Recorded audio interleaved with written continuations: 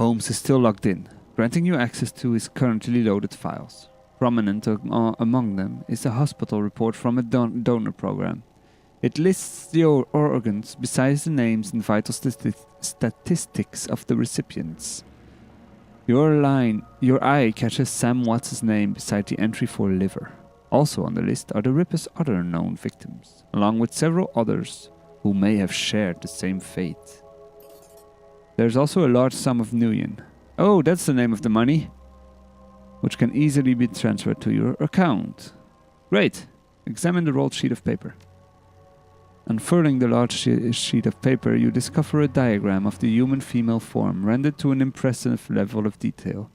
It appears to be the blueprint for making Holmes's very own monster. Okay. Is the workbench again? Yes.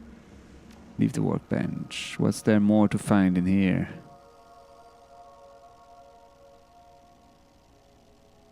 Let's move all the way over here and find out what's in this tank, for example. If I can go there. No, I can't. Huh. Okay. Now what? Probably this door. But then if there's nothing more to find, let's move ahead. Hi. Male Bunraku. Oh. His chip slot is still fresh, the open wound pink and wet and lurid. His voice drips innuendo, but his eyes say nobody's home. Well, hello there. Did you come to play? No thanks, I just want to know what's going on. Forget him. I'll tell you anything you want. I'll do anything you want. I'll be your little playmate. By your name. She's assembled in a standard config. Face of a schoolgirl, body of a stripper. You'd need some thick beer goggles to miss the work she's had done. Great. So we created robots. Sex slaves or something. I got a Personafix chip wiper. Hi. Use the chip eraser on the Bunraku. Erase Holmes' programming. His eyes focus and his hands raises slowly to touch his head wound. The fingers come away wet and sticky. Panic twitches at the corners of his mouth as he surveys the room. First you, then the girl, then down to his own body, which is no longer his. Sweet Jesus, what did I do? What did he do? What am I? He begins weeping, his body racked in great, unconsolable, heavy sobs. Yeah, I'm sorry about that. But I gave you your life back. Or your mind or something. Hello? The way to the next area. Guessing there's nothing in here. Nope. Okay, let's moving further on.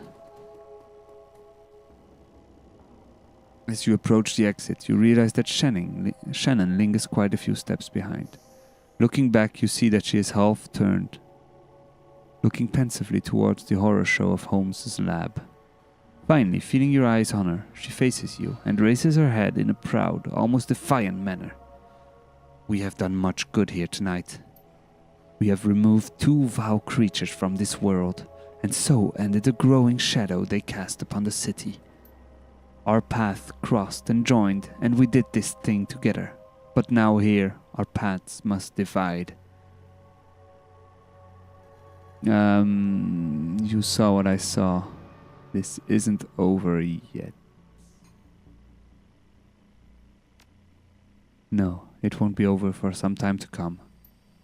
A distant cry of pain echoes down from somewhere above, and the young shaman pauses to listen to the tortured sound.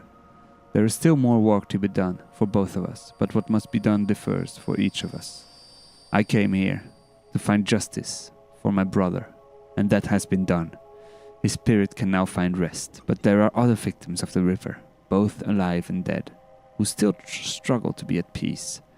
Many of them are here in this place, filling the halls with their torment. I cannot leave them behind. But the spirits have something else in store for you, a different path. You must finish what you've begun. You must confront the first evil that fostered the one we have just ended. Did I not get the game right yet? Oh, he talked about she doing something. I can respect that. You want to help the people in this hospital. Thank you. Thank you for everything. Goodbye, Shannon. Because of you, my brother's killer has met swift justice, and justice of the only sort such as a man, as Holmes, deserved. Death.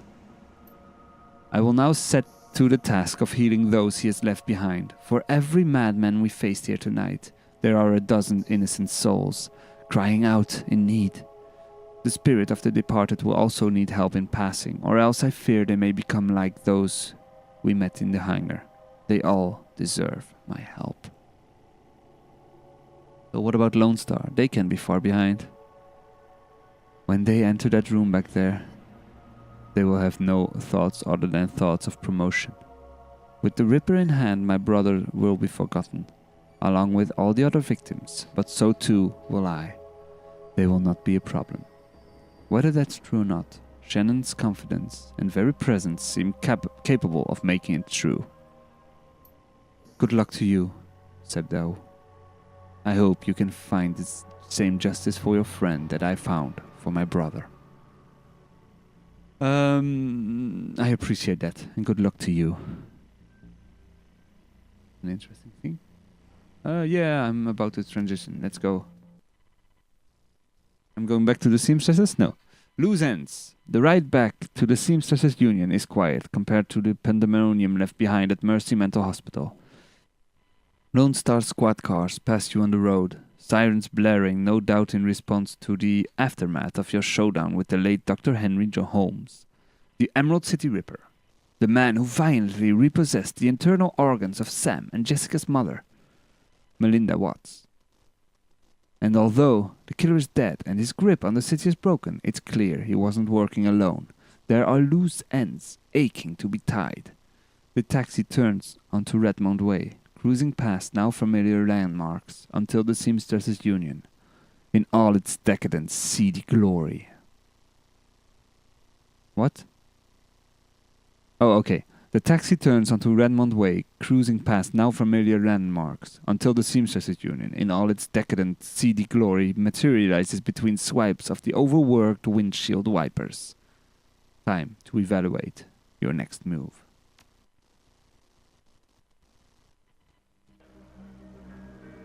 The Union is quiet this afternoon.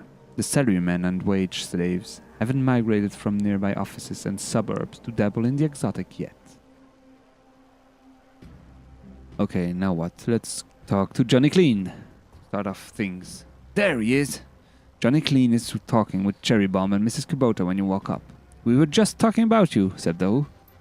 And the Emerald City Ripper. Ironic that you tracked a serial killer through a mental hospital. Johnny Clean told us where you were going, Omei. We have been waiting for you to return.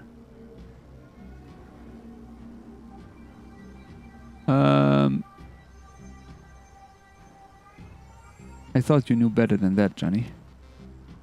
Johnny frowns and nods. You're right. I should have kept my mouth shut. I should know better. It's just that we have a personal stake in the Ripper murders. We each have our reasons for wanting the killer found. Sam was a regular here, and his loss has been felt, regardless of his shortcomings. The whole sprawl has been shaken by these killings as well. The randomness of them. No one knows if they will be next, or what the killer might take from them. I admit that the killings have hampered business as well. I am sorry, but it is true. It does not help that Sam's body was found down the street from here.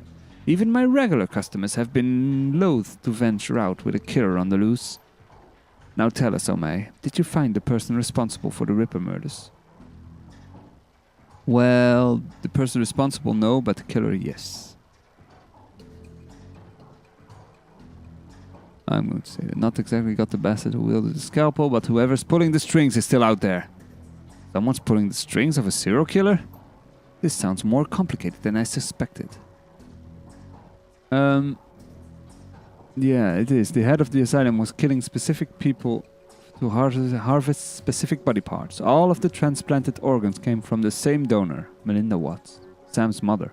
It looks like he was putting her back together.